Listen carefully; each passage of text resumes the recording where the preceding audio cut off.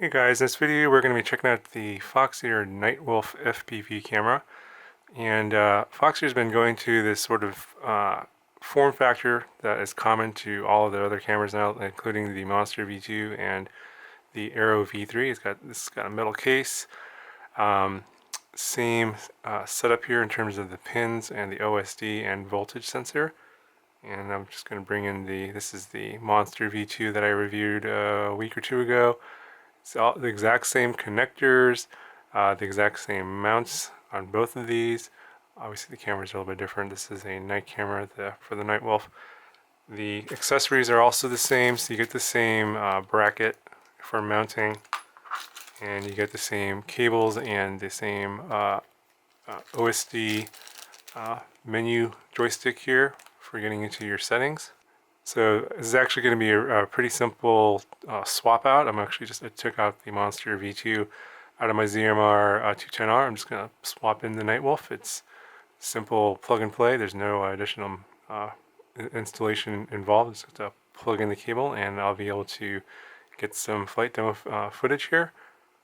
But first I'm going to go ahead and I'm going to plug it into the quad, power it up, and we'll just go through the menus really quick. I'm pretty sure it's going to be the same as the original Monster V2. Okay, so I've got the Nightwolf installed on the quad and have it powered on. I just have the lens cap on so we can see the menus. All of these functions are exactly the same as on the Monster V2, and so if you want to change any of these or move them around, you just use the included menu joystick. So I'm going to change the name from Foxeer to my pilot name that I normally use. I'm going to hit the left button. You can move it around.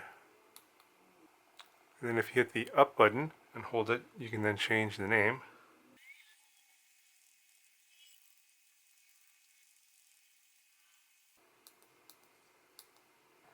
And you can here see in the middle, this is the voltage, and you can adjust that as well. If you just press and hold the down button. You can move it around. I'm going to leave that right there. And then if you press the next one, you can adjust the voltage, and this is actually accurate, so I'm going to leave that alone.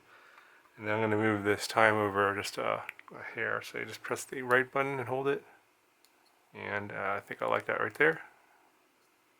So to actually change the camera settings, you just press the center button. You don't have to hold it, just press it quickly, and it brings up the setup menu. This menu is the same as any HS1177, RunCam Swift, any of the previous generation Foxeer cameras. I'm actually going to fly this with the standard stock settings. I'm not going to really change anything, but just going to kind of look in here really quick, see what they have. It looks like pretty much standard settings. Looks like wide dynamic range is off. I'm going to leave that alone. I might change that later for a future flight. Looks like there isn't anything for backlight, so I'm going to leave that alone. Day and night is set to auto. You can change that to color or black and white. I'm going to do that as auto. And then there's special, you can change the cam title, but I already have one here, so I'm going to leave that off. Nothing here that I'm going to be changing, so I'm going to leave this alone. And I'm going to exit out of there. So there's not a whole lot that I'm going to be changing here. I'm just going to fly it stock. So this is just the field that I'm flying at to give you an idea what the lighting looks like. There's a parking lot behind me that is actually lit. So this is just some night footage, and it kind of reminds me a lot of the original RunCam Owl. However, that was a CMOS camera and this is a CCD camera, so it seems like there's a bluish tint here, especially for anything that's green, like the grass and the trees and the bushes. But it's not as blue as it was in the RunCam Owl or the RunCam Owl Plus.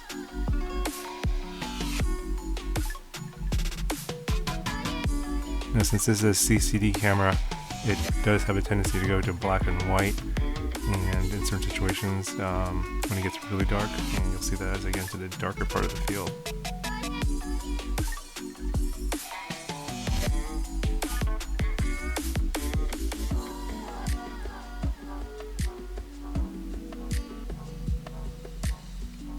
Something else that I'm noticing here, that in the DVR feed, the lights in the parking lot aren't as overexposed as they were in the goggles, and I think maybe it's just something I noticed when I was flying. It looked really overexposed in the goggles, and it's probably just something I need to adjust in the goggle setting. I probably have my brightness set up too high, but in the DVR feed it doesn't look as bad.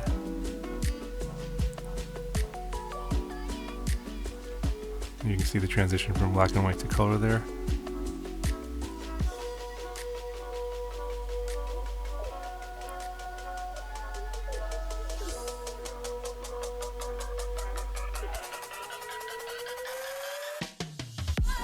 Okay, so here's some flight footage during the daytime, and I'm noticing that during the daytime the color video is a lot better. The colors are more accurate than they were on the original RunCam Owl and the RunCam Owl Plus. It's a little bit of blue in the green, but it's not nearly as bad, and the browns are definitely represented much better.